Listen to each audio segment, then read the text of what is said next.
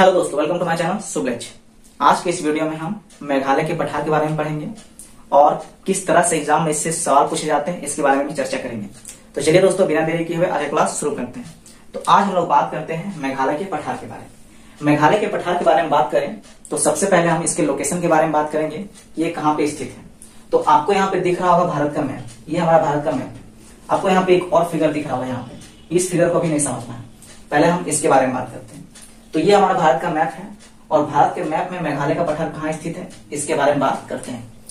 तो जो मेघालय का पठार है ये हमारा प्रायद्वीपीय पठार का हिस्सा है। सबसे पहले तो ये जानिए कि जो मेघालय का पठार है ये प्रायद्वीपीय पठार का एक हिस्सा है। किस प्रकार से, अभी इसके बारे में बात करेंगे। तो प्रायद्वीपीय पठार हमारा कहाँ है, तो ये हमारा भारत का मैप है और प्रायद्वीपीय पठार वाला हमारा ये क्षेत्र है, ये पूरा प्रायद्वीपीय पठार वाला क्षेत्र। इसी में हमने पिछले क्लास की वीडियो में हमने पढ़ा रॉयल सीमा, तेलंगाना पठार, ये भी प्रायद्वीपीय पठार का हिस्सा है।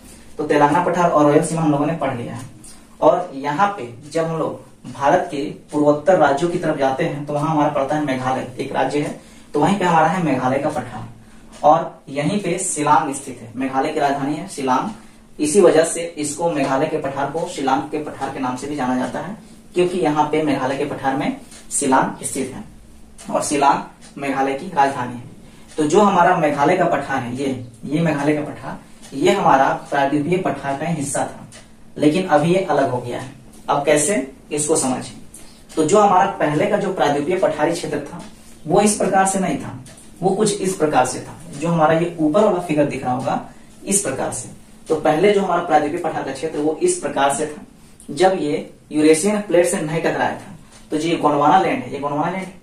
तो जब ये गोंडवाना लैंड यूरेशियन प्लेट से नहीं टकराया था तो कुछ इस प्रकार से था, ये सभी एक साथ था। यहाँ पे ये पूरा एक साथ था और ये पूरा पठारी क्षेत्र था। ये पूरा हमारा क्या है, पठारी क्षेत्र है। लेकिन जब ये यूरेशियन प्लेट से टकराया, जिस समय हिमालय का निर्माण हुआ, तो जब यूरेशियन प्लेट से टकराया तो बहुत जबरदस्त टक्कर हुआ और टक्कर होने के कारण यहाँ पे कई भ्रंश घाटियां बन गई। तो विंध्य पर्वत के पास, आपका सतपुड़ा पर्वत के पास एक यहाँ पे घाटी बना, जहां से आपका नर्मदा ताप्ती नदियां बही, वहां पे भ्रंश घाटी बना। उसके बाद इधर जब लोग आते हैं इस क्षेत्र में, इधर आपका बात करें तो यहाँ पे भी एक भ्रंश घाटी का निर्माण होता है। यहाँ पे इस क्षेत्र में, यहाँ पे जब टक्कर हुआ तो इस क्षेत्र में भ्रंश घाटी का निर्माण होता है। जो अभी फिलहाल हमारा बांग्लादेश वाला और पश्चिम बंगाल वाला क्षेत्र है वहां पे, यहाँ भी भ्रंश घाटी बन जाता है, धंस जाता है, ये नीचे चला जाता है। जब यहाँ पे टक्कर हुआ, दरार पड़ा और ये नीचे चला गया, भ्रंश घाटी का यहाँ पे निर्माण हुआ, भ्रंश बन गया, तो ये नीचे धंस के चला गया। अब ये नीचे चला गया तो ये गड्ढे ऐसा हो गया। तो इधर से गंगा नदी बहती है और इधर से ब्रह्मपुत्र नदी। तो गंगा नदी अपने साथ अवसाद लाके यहाँ पे जमा कर दी, इस क्षेत्र में अपने साथ अवसाद लाए, इस क्षेत्र में जमा कर दी। इधर से ब्रह्मपुत्र नदी भी अपना अवसाद लेके आई और यहाँ पे जमा कर दी, इस गड्ढे में। और यहाँ पे क्या हो गया, पूरा अवसाद जमा हो गया। तो क्या हुआ, अब इसको हम इस फिगर में समझते हैं। इधर से ब्रह्मपुत्र नदी लाई, अवसाद जमा की, यहाँ पे इस क्षेत्र में अपना अवसाद जमा की। इधर से गंगा नदी आई, गंगा नदी यहाँ पे अपना अवसाद जमा की, इधर भी अवसाद जमा की। तो इस प्रकार से यहाँ पे दबा हुआ क्षेत्र था, भ्रंश बन गया था, धंस गया था क्षेत्र जब टक्कर हुआ। और यहाँ पे गंगा नदी और ब्रह्मपुत्र नदी अपने साथ अवसाद जमा की और इस क्षेत्र में भर दी और भर के इसको समतल कर दी। इस वजह से यहाँ पे क्या हो गया, जलोढ़ मैदानी क्षेत्र का निर्माण हो गया। लेकिन ये क्या था, प्रायद्वीपीय पठार का हिस्सा था। कैसे, तो प्रायद्वीपीय पठार यहाँ पे आप समझ गए, यहाँ पे तो ये पूरा हमारा प्रायद्वीपीय पठार का हिस्सा था। लेकिन गंगा नदी और ब्रह्मपुत्र नदी, इन दो नदियों ने अपने साथ क्या किया, यहाँ पे अवसाद जमा किया, अपने साथ अवसाद लाया, मिट्टी धूलकण वगैरह, और सभी को इस गड्ढे में भर दिया और भर के एक मैदानी क्षेत्र बना दिया, जो हमारा कहलाया जलोढ़ मैदानी क्षेत्र। जो अभी बांग्लादेश वाला क्षेत्र है ये मैदानी क्षेत्र, और वेस्ट बंगाल वाला क्षेत्र ये हमारा हो गया जलोढ़ मैदानी क्षेत्र। ये वेस्ट बंगाल वाला क्षेत्र ये हमारा ये हो गया जलोढ़ मैदानी क्षेत्र। तो ये कौन बनाया, गंगा नदी और ब्रह्मपुत्र नदी। तो अगर इनके नीचे बांग्लादेश और वेस्ट बंगाल, इनके नीचे अगर हम लोग नीचे की तरफ जाएंगे, खुदाई करेंगे, तो आपको कुछ नीचे जाने के बाद कुछ जगह आपको नीचे अंदर जब चल जाएंगे तो वहां पे भी आपको प्रायद्वीपीय पठार में जिस प्रकार के चट्टान पाए जाते हैं उसी प्रकार के चट्टान यहाँ पे देखने को मिलेंगे। क्यों, क्योंकि ये पूरा प्रायद्वीपीय पठार का ही हिस्सा था। लेकिन ये धंस गया, धंसने के बाद ही तो यहाँ पे मैदानी क्षेत्र बना, और वो मैदानी क्षेत्र कौन बनाया, गंगा नदी और ब्रह्मपुत्र नदी। तो आखिर यहाँ पे प्रायद्वीपीय पठार का तो हिस्सा था जो नीचे दबा हुआ है, इसके ऊपर में हमारा मैदानी क्षेत्र बन गया है। तो इसीलिए यहाँ पे आपको मैदानी क्षेत्र देखने को मिलता है, लेकिन मैदानी क्षेत्र के जस्ट आगे हम लोग इधर पूरब की ओर बढ़ते हैं तो यहाँ मेघालय का पठार देखने को मिलता है। क्यों? क्योंकि ये पूरा मेघालय का पठार यहाँ से लेके पूरा ये प्रायद्वीपीय पठार इधर वाले से लेके पूरा एकदम मेघालय पठार तक ये पूरा हमारा प्रायद्वीपीय पठार का हिस्सा था। लेकिन यहाँ भ्रंश बना, इसलिए यहाँ पे मैदान का निर्माण हुआ। मैदान का निर्माण किससे? गंगा और ब्रह्मपुत्र से। तो इस मैदान के कारण ये जो मेघालय का पठार था, यहाँ मैदान बन गया, इस क्षेत्र में मैदान बन गया, तो इस क्षेत्र में मैदान बना। इस वजह से ये जो मेघालय का पठार था ये प्रायद्वीपीय पठार से अलग हो गया। तो जो हमारा मेघालय का पठार है वो प्रायद्वीपीय पठार का ही हिस्सा था, लेकिन अब ये अलग हो गया। मेघालय का पठार प्रायद्वीपीय पठार से अलग हो गया क्योंकि इसके बीच में बांग्लादेश का मैदानी क्षेत्र और वेस्ट बंगाल का मैदानी क्षेत्र पड़ता है, जो जलोढ़ मैदानी क्षेत्र है। तो हम यहाँ से क्या समझे? हम यहाँ से समझे कि यहाँ ये जो प्रायद्वीपीय पठार है, यहाँ से लेके एक यहाँ पे छोटा नागपुर पठार में एक राजमहल पहाड़ी है, यहाँ इस जगह पे। तो राजमहल की पहाड़ी तक हमारा पठारी क्षेत्र मिलता है। राजमहल पहाड़ी के बाद जब हम लोग आगे बढ़ते हैं, इधर यहाँ राजमहल पहाड़ी, इधर पठारी क्षेत्र नहीं मिलता है। फिर जैसे ही हम लोग मेघालय की तरफ जब लोग जाते हैं तो मेघालय में एक पहाड़ है गारो पहाड़ी। गारो पहाड़ी के बाद से हमारा इधर पठारी क्षेत्र मिलता है। तो राजमहल से लेके गारो, इनके बीच में हमारा पठारी क्षेत्र नहीं है, मैदानी क्षेत्र है, और इसीलिए इसको बोला जाता है राजमहल गारो गैप। इसको बोला जाता है राजमहल गारो गैप, और इसको एक और नाम से जाना जाता है मालदा गैप। इसको बोला जाता है मालदा गैप। तो राजमहल और गारो, इनके बीच में जो मैदानी क्षेत्र है उसको राजमहल गारो गैप बोला जाता है, और साथ ही साथ इसको मालदा गैप बोला जाता है। तो यहां से हमने समझा कि जो मेघालय का जो पठार था वो प्रायद्वीपीय पठार का हिस्सा था, और ये प्रायद्वीपीय पठार वाला हिस्सा, मेघालय वाला हिस्सा, ये प्रायद्वीपीय पठार से अलग हो जाता है, और इसको अलग कौन करता है? मालदा गैप करता है। ये पूरा राजमहल से लेकर गारो, इनके बीच का ये मालदा गैप इसको अलग करता है मेघालय के पठार को प्रायद्वीपीय पठार से। और मालदा गैप क्या है? तो मालदा गैप है राजमहल और गारो पहाड़ी के बीच में, राजमहल और गारो इन पहाड़ियों के बीच में गंगा और ब्रह्मपुत्र, इधर से गंगा और इधर से ब्रह्मपुत्र, इन दो नदियों के द्वारा बनाया गया जलोढ़ मैदानी क्षेत्र है। तो यही हमारा मालदा गैप है, और इसी के वजह से, इस मालदा गैप की वजह से ये मेघालय का पठार प्रायद्वीपीय पठार से अलग होता है। तो यहाँ तक हमारा कॉन्सेप्ट क्लियर हो गया। अब हम लोग आगे बात करें। अब आगे बात करें तो जो हमारा मेघालय का पठार है, ये मेघालय का पठार, यहाँ पे प्री कैम्ब्रियन चट्टानें पाई जाती हैं, जैसे ग्रेनाइट, नीस, सिस्ट। जब हम लोग यहाँ तेलंगाना पठार और रॉयल सीमा, इनके बारे में जब हम लोगों ने पढ़ा था तो वहां भी हमने समझा था कि यहाँ पे प्री कैम्ब्रियन चट्टानें पाई जाती हैं, ग्रेनाइट, नीस, सिस्ट। उसी प्रकार से मेघालय के पठार में, इस क्षेत्र में यहाँ पे भी प्री कैम्ब्रियन चट्टानें पाई जाती है, ग्रेनाइट, नीस, सिस्ट। तो यहाँ चट्टान किस प्रकार की है? तो प्री कैम्ब्रियन चट्टानें यहाँ पे पाई जाती है। अब आगे बात करें तो मेघालय के पठार में हमें 3 महत्वपूर्ण पहाड़ियां देखने को मिलती है। एक पहाड़ी तो हमने यहाँ समझा गारो, तो इसी के साथ हमें मिलता है गारो, खासी, जैंतिया। ये 3 पहाड़ियां मेघालय के पठार में हमें देखने को मिलता है। मेघालय में हमें ये 3 पहाड़ियां देखने को मिलता है। तो कई बार यहाँ से एग्जाम में सवाल बहुत पूछा जाता है कि गारो, खासी, जैंतिया, ये तीनों पहाड़ियां किस राज्य में स्थित हैं? तो ये मेघालय राज्य में स्थित है। गारो, खासी, जैंतिया ये मेघालय में स्थित है। तो ये महत्वपूर्ण पहाड़ियां हैं गारो, खासी, जैंतिया, जो हमारा मेघालय में मिलती है। अब यहाँ से हमें कुछ बातें समझना है। तो आप यहाँ देख रहे होंगे कि ये भारत का मैप है, और इसमें यहाँ हमारा मेघालय का पठार है। इस हिस्से को हमने जूम कर दिया तो कुछ इस प्रकार से बना, जहां पे हमने बांग्लादेश का मैदान, वेस्ट बंगाल का मैदान, मेघालय का पठार, राजमहल पहाड़ी, इसको देखें। अब हम लोग इस हिस्से को, इस मेघालय के पठार को जूम करते हैं। अगर इसको जूम करेंगे तो कुछ इस प्रकार से बनेगा। तो ये जो पूरा फिगर आपको दिख रहा होगा, ये हमारा मेघालय का पठार, ये पूरा हमारा मेघालय का पठार है। अब मेघालय के पठार में हमें 3 पहाड़ियां देखने को मिलती है, गारो, खासी, जैंतिया। आपको देखिए यहाँ पे मिलेगा गारो, ये देख रहे होंगे, इस हिस्से पे मिलेगा गारो, उसके बाद यहाँ पे खासी, उसके बाद यहाँ पे जैंतिया। गारो, खासी, जैंतिया। कई बार एग्जाम में पूछा जाता है कि पश्चिम से पूरब की ओर इसका क्रम बताइए, इस पहाड़ी का जो क्रम है उसको पश्चिम से पूरब की ओर बताइए। तो पश्चिम, सबसे पश्चिम में गारो है, उसके बाद है खासी, उसके बाद जैंतिया। तो ये जो क्रम है गारो, खासी, जैंतिया, ये पश्चिम से पूरब का क्रम है, गारो, खासी, जैंतिया। और इसमें जो खासी है वो सबसे ऊंचा पहाड़ी क्षेत्र, खासी सबसे ऊंचा पहाड़ी क्षेत्र है किसका? मेघालय का।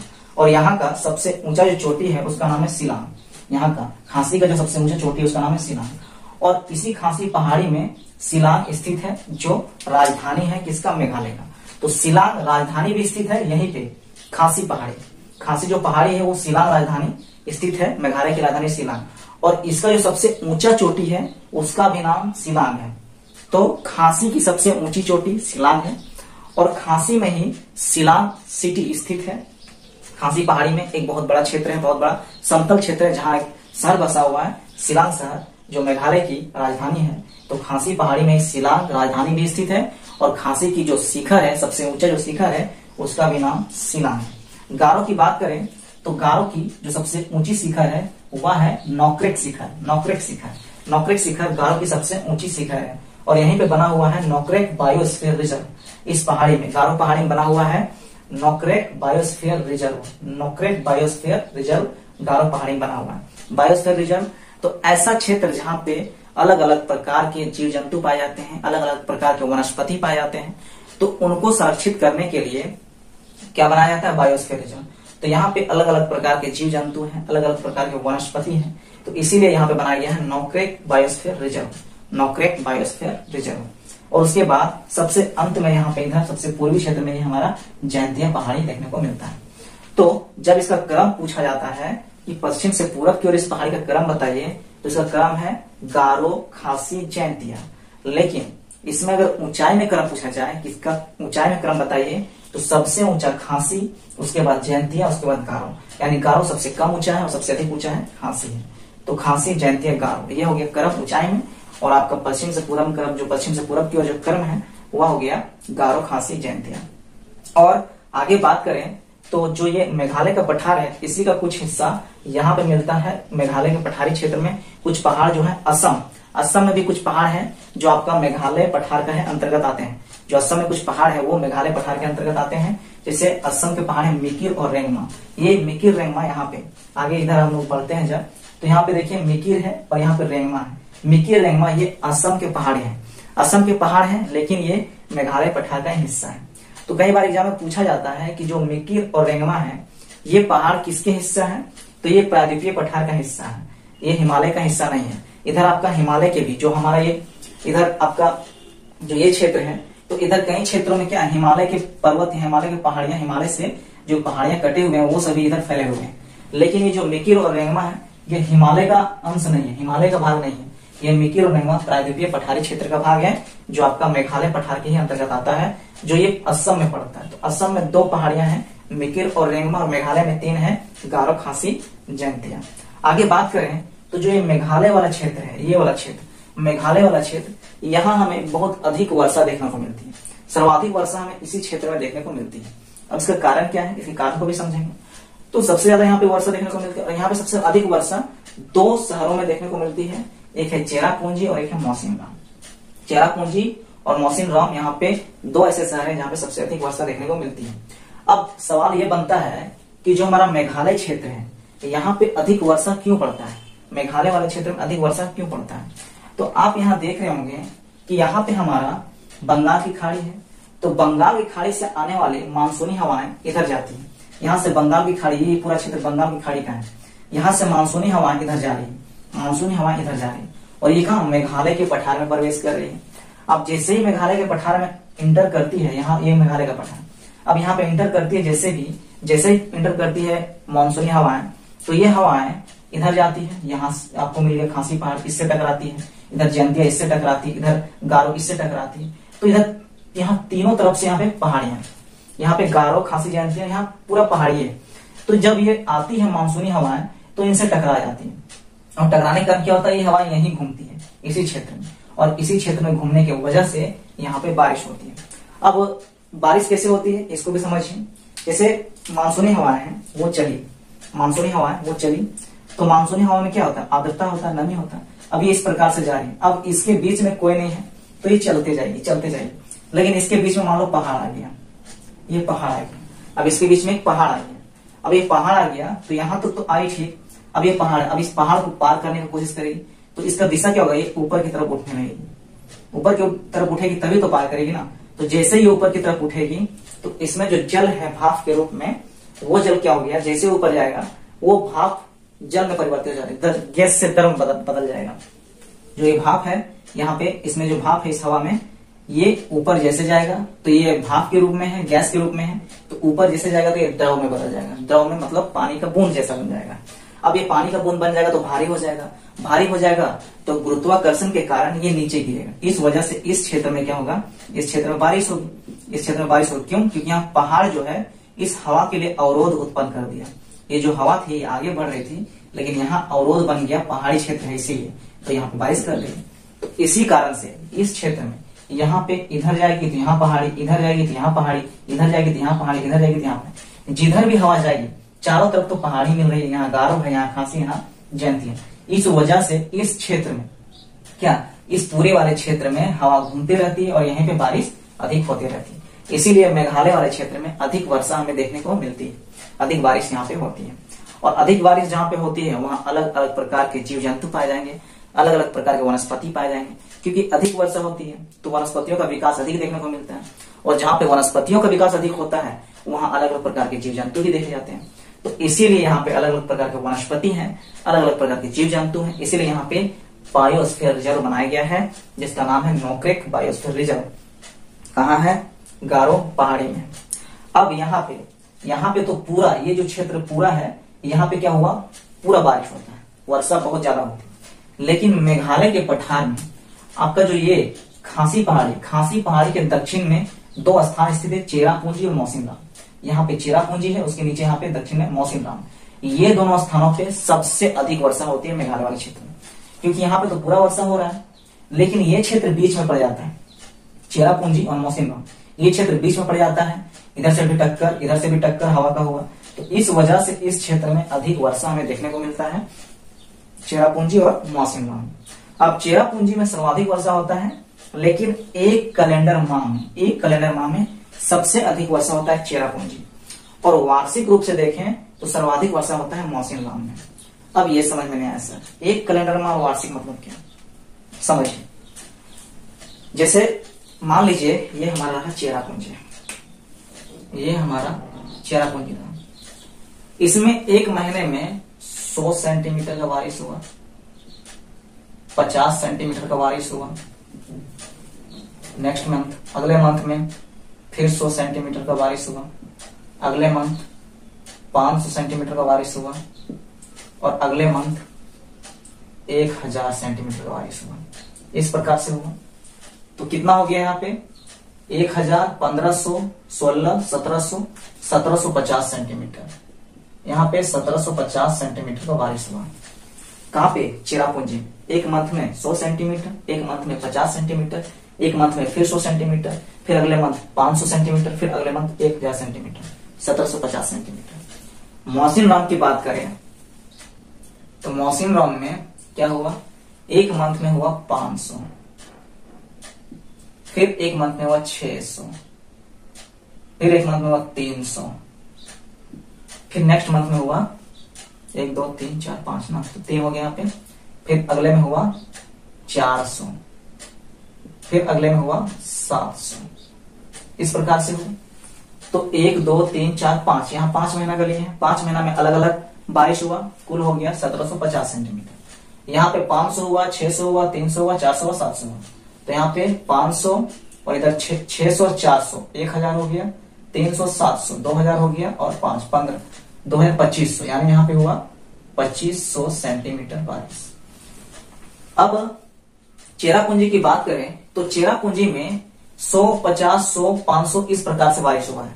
लेकिन एक मंथ, यहाँ पे देखिए, एक मंथ ऐसा हुआ जहां पे अधिक वर्षा हुई, 1000 सेंटीमीटर, बहुत ज्यादा वर्षा। एक अनुमान में समझाने के लिए बता रहा हूँ कि 1000 सेंटीमीटर वर्षा एक महीने में, चलो इधर कम कम वर्षा हुई, इधर पूरा कम कम, लेकिन एक मंथ ऐसा कोई आया जहां पे 1000 सेंटीमीटर वर्षा हुई, बहुत ज्यादा। कितनी वर्षा और किसी क्षेत्र में नहीं, मौसिनराम में भी नहीं हुई। मौसिनराम जो क्षेत्र है वहां पे भी नहीं हुई। यहाँ पे देखिए मौसिनराम में कहीं पे 1000 है क्या? नहीं, यानी कहीं पे इतनी वर्षा नहीं हुई एक मंथ में, लेकिन और दूसरे मंथों में कम कम वर्षा हुई। तो कुल कितना हुआ इसका? 1750 सेंटीमीटर। अब आगे मौसिनराम की बात करते हैं। मौसिनराम की बात करें तो फर्स्ट मंथ में 500 हुआ, 500 सेंटीमीटर, दूसरे में 600 सेंटीमीटर, तीसरे में 300 सेंटीमीटर, आगे 400 सेंटीमीटर और 700 सेंटीमीटर। तो 1000 सेंटीमीटर कहीं पे नहीं हुआ। यहाँ पे हर मंथ में बारिश अच्छी खासी हुई, लेकिन चेरापूंजी में जितना एक महीने में हुआ उतना वहां पे नहीं हुआ। अच्छी खासी तो बारिश हुई, तो कुल यहाँ पे कितना हो गया 2500 सेंटीमीटर। यानी चेरापूंजी से अधिक बारिश कहां हुई, मौसिनराम में। लेकिन चेरापूंजी में एक महीना ऐसा था जहां पे इतना बारिश हुआ जितना मौसिनराम में भी नहीं हुआ था एक महीना। तो वही चीज यहाँ बोला गया है कि चेरापूंजी में सर्वाधिक वर्षा होती है, लेकिन एक कैलेंडर माह में, मतलब एक माह ऐसा आता है जिसमें बहुत ज्यादा बारिश होती है चेरापूंजी में। साल में एक माह ऐसा रहता है जिसमें चेरापूंजी में सर्वाधिक वर्षा होती है, सबसे अधिक। मौसिनराम में भी इतनी वर्षा नहीं होती जितनी चेरापूंजी में होती है। लेकिन जब पूरे वर्ष का कैलकुलेशन करें, जब पूरे वर्ष में देखें कि पूरे वर्ष में, पूरा वर्ष भर में जितने महीने होते हैं उसमें जो वर्षा होगी, कितना वर्षा होगा, तो जितना भी वर्षा होगा उसमें सबसे ज्यादा होता है मौसिनराम का। जैसे यहाँ पे सब मंथ में ज्यादा बारिश है, तो सबसे अधिक यहाँ बारिश होती है मौसिनराम में। लेकिन चेरापूंजी में सब मंथ में ज्यादा नहीं, किसी बहुत कम भी बारिश होती है, लेकिन कोई एक ऐसा मंथ आता है जिसमें सबसे अधिक वर्षा हो जाती है। उसी को कहा गया है एक कैलेंडर माह। तो चेरापूंजी में सर्वाधिक वर्षा होती है किसी खास एक मंथ में। साल का एक ऐसा महीना होता है जहां पे चेरापूंजी में सबसे अधिक वर्षा होती है। लेकिन अगर वार्षिक रूप से बात करें, पूरे वर्ष की बात करें, तो सबसे अधिक वर्षा मौसिनराम में होती है। और ये जो सर्वाधिक वर्षा वार्षिक वाला है, ये मौसिनराम में होता है। ये केवल भारत का नहीं, पूरे विश्व में प्रथम है। यानी पूरे वर्ल्ड में सबसे फर्स्ट स्थान रखता है मौसिनराम बारिश के मामले में। यानी सबसे ज्यादा बारिश पूरे विश्व में, अगर सबसे ज्यादा बारिश कहीं होता है पूरे वर्ष भर में, तो वो होता है मौसिनराम में। मौसिनराम में सबसे अधिक वर्षा होती है पूरे विश्व में। तो यहां तक हमारा ये कॉन्सेप्ट भी क्लियर कि चेरापूंजी मौसिनराम, यहाँ सर्वाधिक वर्षा होती है किस आधार से, तो एक कैलेंडर माह और यहाँ पे वार्षिक। अब आगे बात करते हैं यहाँ पे पाए जाने वाले खनिजों के बारे में। जो मेघालय का पठार है, यहाँ पे किस प्रकार खनिज पाए जाते हैं उसके बारे में बात करते हैं। तो जो मेघालय का पठार है, यहाँ पे खनिज पाए जाते हैं कोयला, चूना पत्थर और यूरेनियम। यूरेनियम की बात करें तो यहाँ पे यूरेनियम का भंडार मिलता है। मेघालय का जो पठार क्षेत्र है, यहाँ पे यूरेनियम का भंडार मिलता है, लेकिन यूरेनियम का उत्पादन नहीं किया जाता है। यूरेनियम का उत्खनन यहाँ पे नहीं किया जाता है। क्यों नहीं किया जाता है? तो अभी हमने समझा जो मेघालय का पठार है, अभी हमने समझा जो मेघालय का पठार है, यहाँ वर्षा बहुत अच्छी होती है। वर्षा अच्छी होने के कारण यहाँ पे वनस्पतियों का विकास बहुत अच्छा हुआ। वनस्पतियों का विकास बहुत अच्छा हुआ, इस वजह से यहाँ पे जीव जंतु भी अलग अलग प्रकार के पाए जाते हैं। मतलब यहाँ का जो पर्यावरण है वो बहुत अच्छा है। तो इस पर्यावरण को कोई नुकसान ना पहुंचे, वनस्पतियों का कटाव ना हो, वनों का नुकसान ना हो। यहाँ वन बहुत ज्यादा पाए जाते हैं, तो इसी वजह से यहाँ पे यूरेनियम का उत्खनन नहीं किया जाता है। भंडार तो यहाँ देखने को मिलता है, लेकिन उत्खनन नहीं होता है। क्यों? तो पर्यावरण की वजह से। पर्यावरण यहाँ का बहुत अच्छा है, यहाँ वनस्पति बहुत अच्छे हैं, तो वनस्पतियों का कोई नुकसान ना हो, उसका अत्यधिक कटाव ना किया जाए, इस वजह से यहाँ पे यूरेनियम का उत्खनन नहीं किया जाता है। बाकी यूरेनियम का भंडार मिलता है, साथ साथ कोयला और चूना पत्थर भी मेघालय के पठार में पाया जाता है।